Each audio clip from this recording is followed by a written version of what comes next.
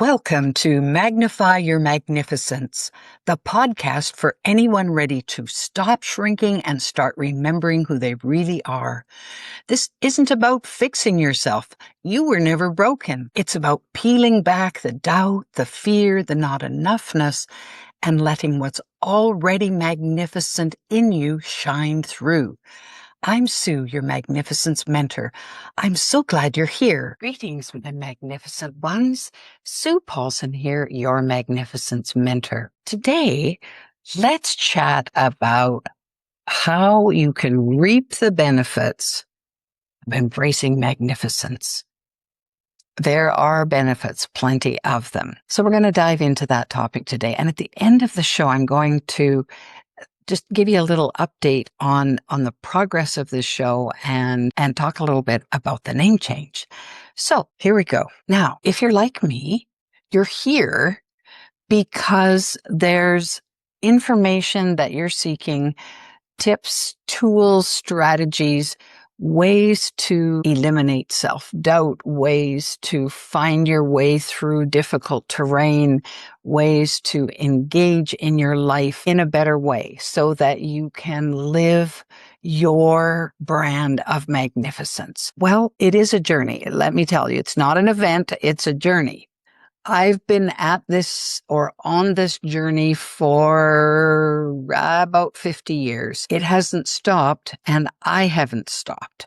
For example, just this week when I was working with a spiritual advisor, he kind of held my feet to the fire and said, "So what's going on in relation to where you're at?" And I was feeling very angry and frustrated because I didn't feel I was not only where I wanted to be in life, but where I deserved to be. So this anger was bubbling up, and I don't usually show my anger. That is an unusual thing for me to show. I can usually talk myself out of it. But we're human, and in our humanness, if we're wanting to embrace all that we are, well, that shadow side of us that involves fear, rage, anger, irritation, sadness, grief, all of those kinds of things, that's a part of us. And they're vital to us moving forward if we're willing to sit with them and find out what's really going on. So he holds my feet to the fire and he says, "Tell me one of your earliest memories where you felt kind of shut down and maybe by someone else." So it didn't take long for this one particular incident that happened when I was 4 to bubble up. Now, the incident isn't as important. It was one of those scenarios where I was severely punished by one of my parents for having told a secret. And I was 4. I don't know about you, but I don't know very many 4-year-olds who can keep a secret. In fact, I know quite a few 24 and 54-year-olds that can't keep a secret either. So you're careful in what you tell them because it's meant to be a secret.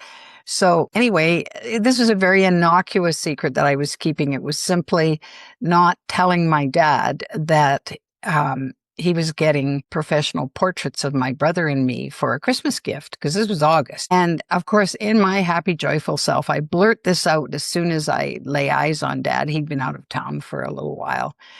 And my brother told.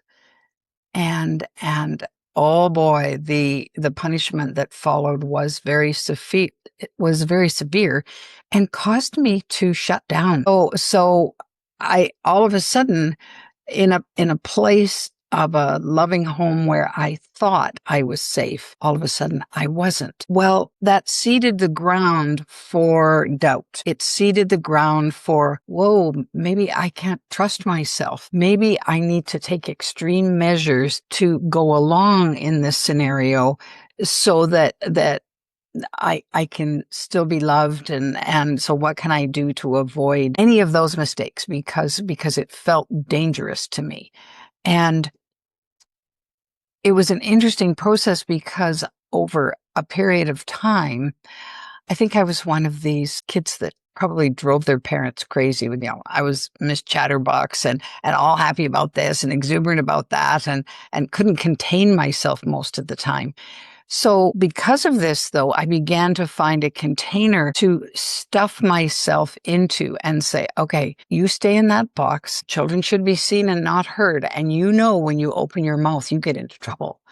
And so I had just enough evidence. So for years, I can remember keeping myself tightened down, just not getting too happy, not getting too sad, never getting angry. Like anger was not even part of my vocabulary at that point. Not arguing, not being irritable, not whining, all to please those around me so that they would let me stay.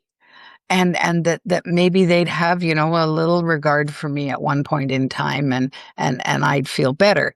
So, wow, when I think back, reflect on that issue, it set up a pattern of consequences that would happen anytime I felt exuberant or joyful or I allowed my reign on my personality and it was obvious that I was way too much for some of the people that I was in front of. So maybe you can resonate with this, that if you're one of those people who just would love to just put yourself out there because you're so much and there's so much to express. And then someone in our lives comes along and says, no, that's not appropriate. No, suck it up. You need to be different. You need to be calm. You need to be like your brother, like your sister, or whatever.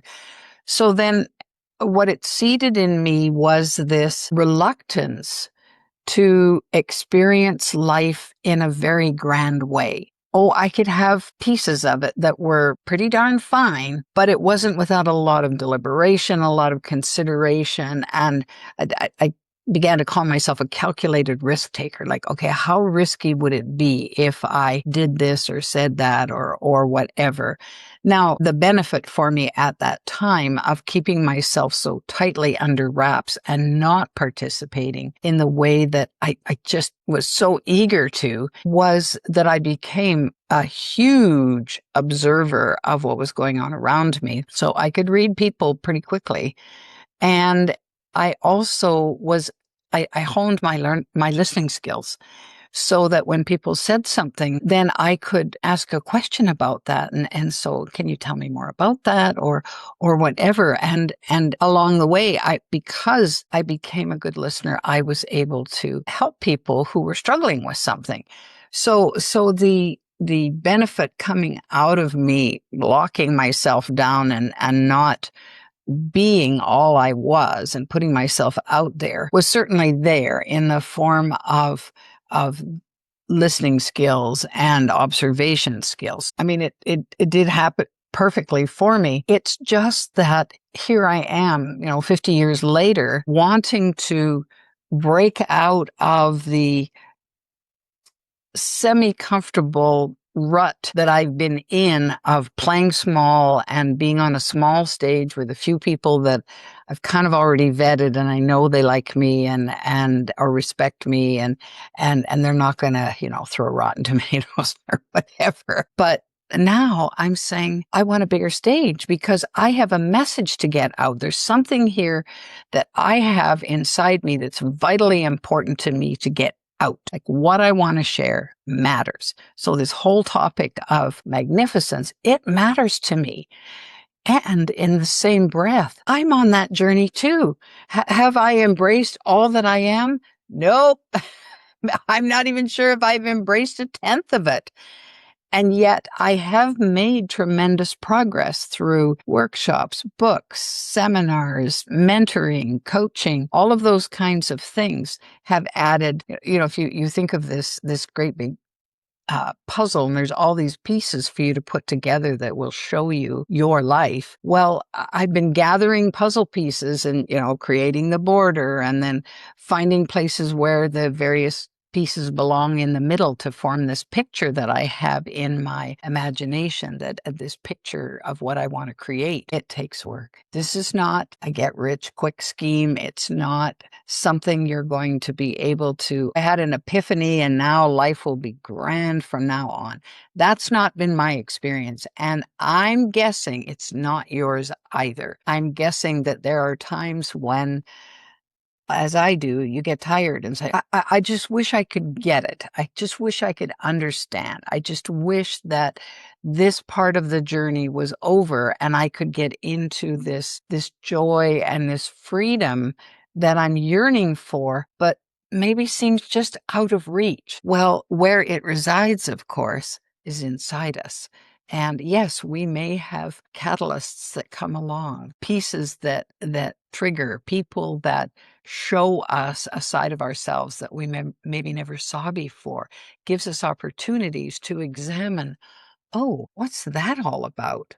So in relation to my mom and to um, how I dealt with life after this particular incident when I was only 4, well, I just found more and more ways to shut down, shut them out, to not be my exuberant self. And instead, I became rather morose. I think I went through a period of depression when I was probably 9.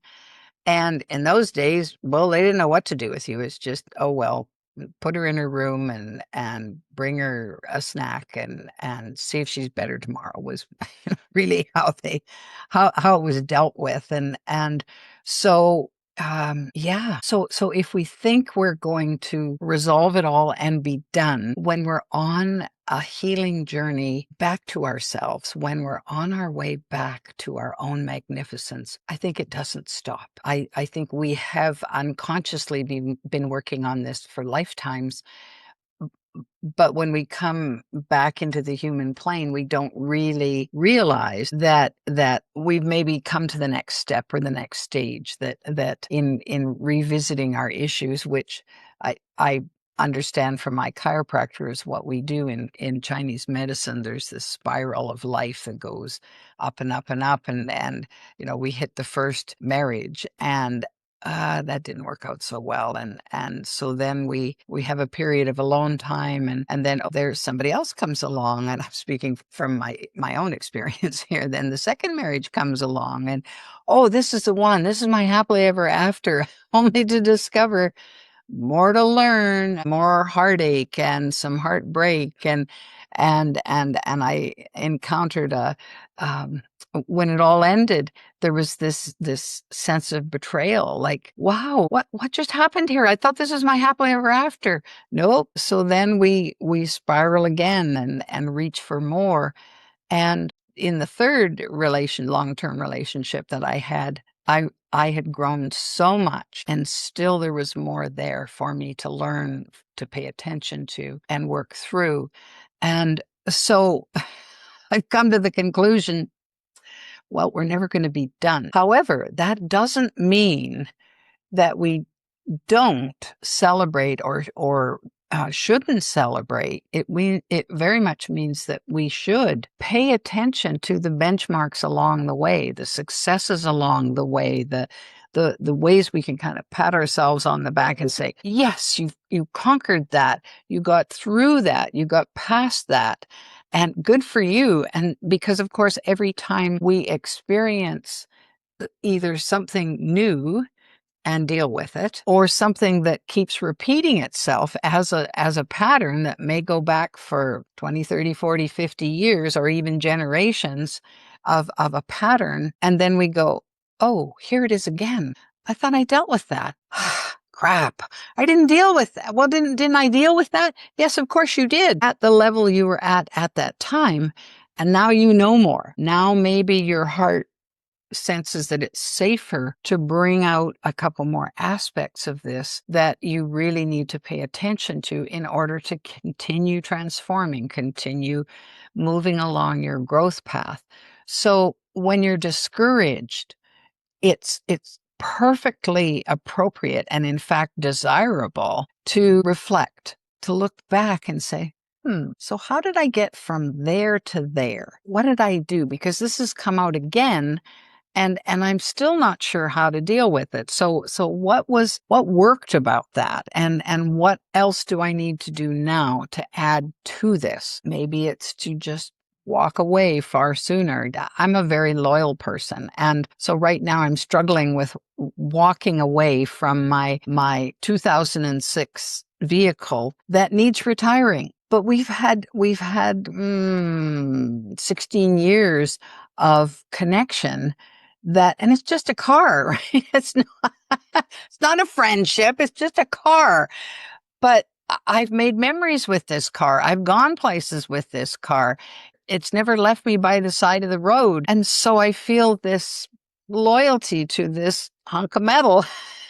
And I'm struggling to say, Sue, you deserve something more. Well, there's a key word right there. You deserve something more. So when it comes to magnificence, that's exactly it. You deserve to discover how much more you are than you ever believed possible. You deserve, and you're responsible for slotting into these experiences that can cause intense pain and suffering and grief and all the rest of that.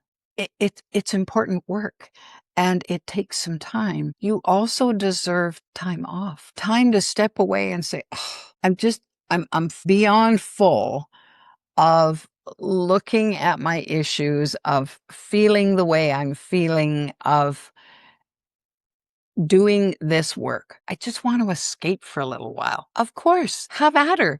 There's no time in the universe in which you need to accomplish this. That's up to you. That's your business. So, and I have taken a hiatus. I immerse myself and get so strongly invested in growing. Oh, just going to take one more work job. Just going to talk to one more person. Just going to add one more tool or something that I believe will assist me in this journey that I'm on. And people got a little bit frustrated with me. Well, Sue, when are you going to be done all of that? And I'm all, well, I don't know, but I think there's just one more. And then there was one more. And then I said, okay, I'm done now. I'm ready to rest. I'm ready to bask in the benefits or even before any of the benefits come in, I'm ready to do the work that all of that brought to me and said, okay, your work is not done here. It's a little bit what I experienced when I was writing both my book, well, any of my books that I've written. And I finally got them published. And then I'm taking a deep breath and think, okay, I'm done now. And then somebody comes along and says, well, Sue, how are you going to market those books? What? I'm tired. I don't want to have to think about it for a while. And sometimes because the pressure felt so intense, then I take a deep breath and I go again with the whole marketing thing and do my best and exhaust myself to the point where finally my body says, okay, so you do need a break now. It's okay to set this down or set this aside and enjoy wherever you're at in your life. Go to the movies with friends, binge watch Netflix. I'm fond of doing that. And or go out with your family, your grandchildren, go to the zoo, have a picnic, all of those things that would bring you great joy. And I mean, inadvertently, you're probably growing through that experience too. You're just not paying attention to it because you're on holiday, right? That's what free time is all about. It's free. And nothing else is meant to interfere in free time. So when you need free time, then take it. And guilt-free is the other part of that. Like, don't feel guilty about, oh, I meant to work on myself or I meant to work on my business and I haven't done it and I haven't done it and I haven't done it. Oh my goodness, we should all over ourselves. I should be doing this instead of this. This is not time well spent. I heard those voices in my head 153,000 times until I said, shush, this is my life. Like, go away. You can bug somebody else if you want to, or just go sit in the corner.